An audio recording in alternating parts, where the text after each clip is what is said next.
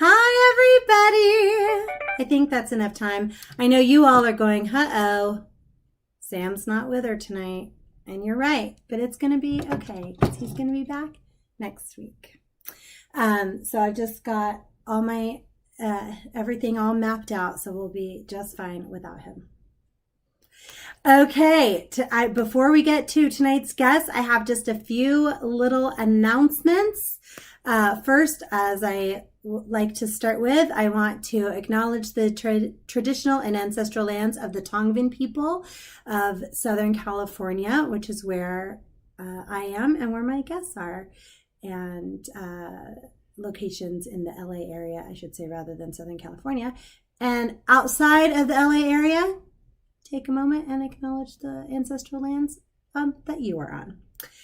All right. And I learned a really cool thing about the Tongvan people, but I'm going to wait to share it with Sam because he always has really good comments. So you'll have to tune in next week for that little tidbit. Also, let me pull this up. We have got new guidelines for our virtual series. You can see them on the screen there. A lot of stuff is the same, but we have extended the time limit. So now you can submit things for up to 30 minutes. But do keep it 6-character maximum, please. It starts to get a little crazy after that. This is all virtual. It's our virtual theater series, so make sure that it can be shot in Zoom. And we're really looking for submissions, including those written by and for artists of all ethnicities, genders, faiths, identities, ages, and orientations. We are accepting submissions until the 15th of April. So make sure and get them. You've got some time, but make sure and get those in. Don't procrastinate. And send them to plays@kentwoodplayers.org. I'm the procrastinator, so that note was mostly for me. All right. And then we've got for the coming up during season 1, we still have 2 more shows that aren't on this, but that new poster coming soon. But we have Surf's Up by Ken Levine currently airing, and that runs through March 21st. And next week we are going to have a fun little ditty with a special themed drink, 2 themed drinks, 1 cocktail, 1 mocktail with a Surf's Up theme. So you'll want to stay tuned for next week and videos about how to make our drink of choice for Surf's Up. And then followed by Surf's Up, we have State of Independence opening on March 21st and closing on April 25th. And all of the rest of the shows will be announced with a new poster next Sunday. Something to look forward to. Yay. And then also Daniel Kruger has Hapless Hour. That sounds very interesting. Not even a pandemic can keep good friends apart. And it is premiering Friday, March 12th at 5 p.m. on the YouTube. So search for 90 West Productions and make sure and click your little reminder so that you can be notified for March 12th, 5 p.m. This is going to be fun. Daniel is awesome and amazing. And then also don't forget to sign up for Susie Mattai's acting classes. And I'm going to put that. Okay, Katniss is already at it today, you guys. I'm going to, at some point, post the link for Susie's classes, but don't forget to sign up. And it is acting for the whole family this time. So she's going to do some fun stuff so you have people to play with in your domicile. All right, and then that is it. Our last announcement for shows has to do with our guests today. So without further ado, I am going to bring on the director and cast of Threshold. We've got the director, Sean Plunkett, actors Elliot Plunkett, Michelle Salin, Peter Miller, and Jeremy Palmer. Hi! Hello. Jeremy is so bored. He was like, could you have any more announcements, Samantha? We're missing Peter. Did Peter leave us? Something about... They're all frozen, so I can't tell what's going on. Oh, hi. We have you. Can you see us, Peter? I can see you, Sean Elliott, and Michelle and Jeremy have kind of disappeared into the cyber ether. Oh, there's Michelle. Okay. Jeremy is still trapped in cyberspace somewhere. He's probably got an electronic helmet like Jeff Bridges. Oh, no, wait, there he is. Never mind. Well, I would like to welcome Michelle and Peter to the show for the first time. Thank you for joining. And welcome back to... I'm sorry, what was that, Peter? Thank you for having us, is all I said. Oh, of course. And welcome back, Jeremy and Sean and Elliot. So nice to have you three back visiting us. Yay. Love what you've done with the place. Thank you. I switched it around a little. So thank you. Yeah. Also, we're missing Sam. I don't like that part. That's what I love about it. He's going to see this later. Expect a text.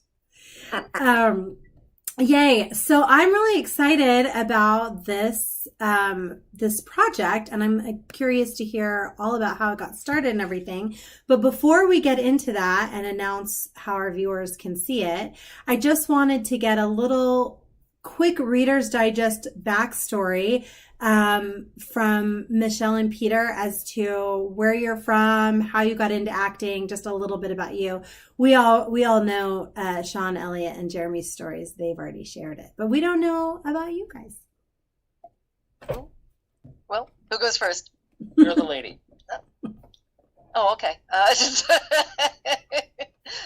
All right. So, well, I wanted to get into acting when I was younger, but I played the piano, and whenever I was involved with a show, they needed me to play the piano. So I never got to be on stage. It was very, very frustrating.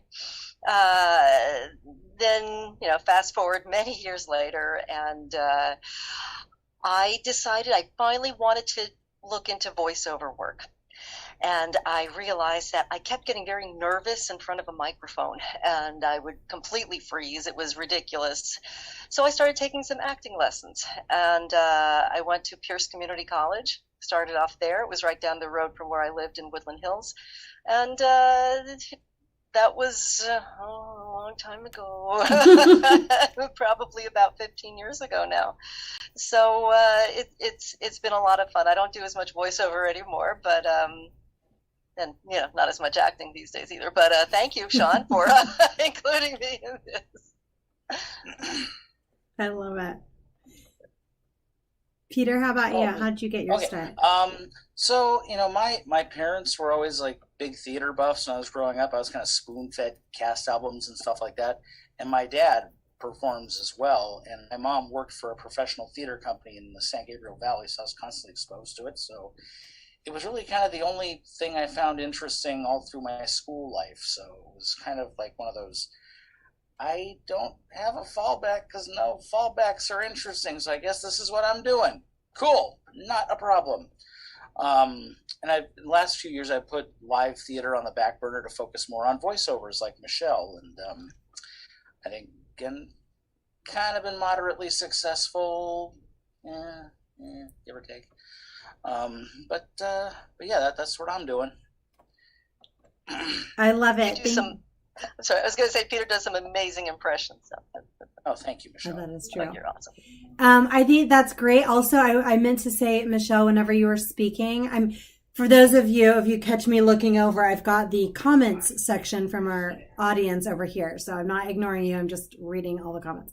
But I was listening to your voice and I'm like, yeah, you totally do voiceovers. I love Thanks that. so much. I love listening to you. Thanks. So that is great. And then both of you, what was your first show at Kentwood? Kiss Me Kate, 2003, directed by the late, great Max Heldring Storms. How about you, Michelle? For me, it was The Imaginary Invalid. I played Toinette. Oh, yes. And I had just moved to the area, and I happened to see an ad on Facebook about upcoming auditions in the area, and I thought, oh, that looks like fun, and I got it. I couldn't believe it. I was in absolute shock, and I haven't left. Well, having worked with you and seen you perform a lot, I am not in absolute shock at all. That makes a lot of sense. Thanks, sister. Thank you, sister. For those watching who may not know, I don't know why you would know this, but Michelle and I played sisters in Daddy's Dying, Who's Got the Will. That's right. Nice. And we've never Great dropped baby it. sister you are. So Threshold. Let's get into Threshold, Sean. How did this come to you and come about? Threshold is actually written by Jeremy, and it was kind of something we mulled over to do live, like our previous show, which was Safer Apart, that we did live. I kind of thought of it in a different way, and I wanted to try to produce it for sure, but I didn't know a good way to do it live, because there is some otherworldly things that happen in this short film that would be hard to do live. But I really liked the story, and I really wanted to make it. So we decided to branch out and do a short film. But it's a great little story. It's really good writing. It's quick and to the point, being that's about a 6-minute show. But it's really cool, and it's kind of like that. The old tale your mom would tell you. If you keep doing that with your face, it's going to freeze that way. It's got that kind of vibe to it. But in the end, you find out that mom is usually right. True. Oh, that's so true. So, Jeremy, talk to us a little bit, no spoilers, but talk to us a little bit about the story, how it came to you. Well, I'd had a meeting with an independent producer who kind of does online short films. This was a few years ago, and just as a kind of thing, we had a friend in common that put us together. But I didn't have any real ideas for that particular series, and so I walked away from that. And it was, I don't know, a few months later, I literally had a dream that was essentially what happens, at least in the latter half of the film, and just one of those things where you wake up and you're like, well, that was unsettling, and then thought, oh well, that's what that's an idea, and the person I had originally met with, who I sent it to, I never heard back from, as happens sometimes. So I just kind of sat on it as something like, as a writer, you just file things away, either ideas or whole scripts or shorts, sometimes as just something to keep for a rainy day. So when Lefty wanted to develop more projects after Safer Apart, that was something that I thought, as I thought about it, I reconfigured it a little bit, knowing that we would most likely be shooting it at his house, and also knowing that he had access to an actor who fit the right demographics for the lead role, that being someone who lived in his house, who's named after him.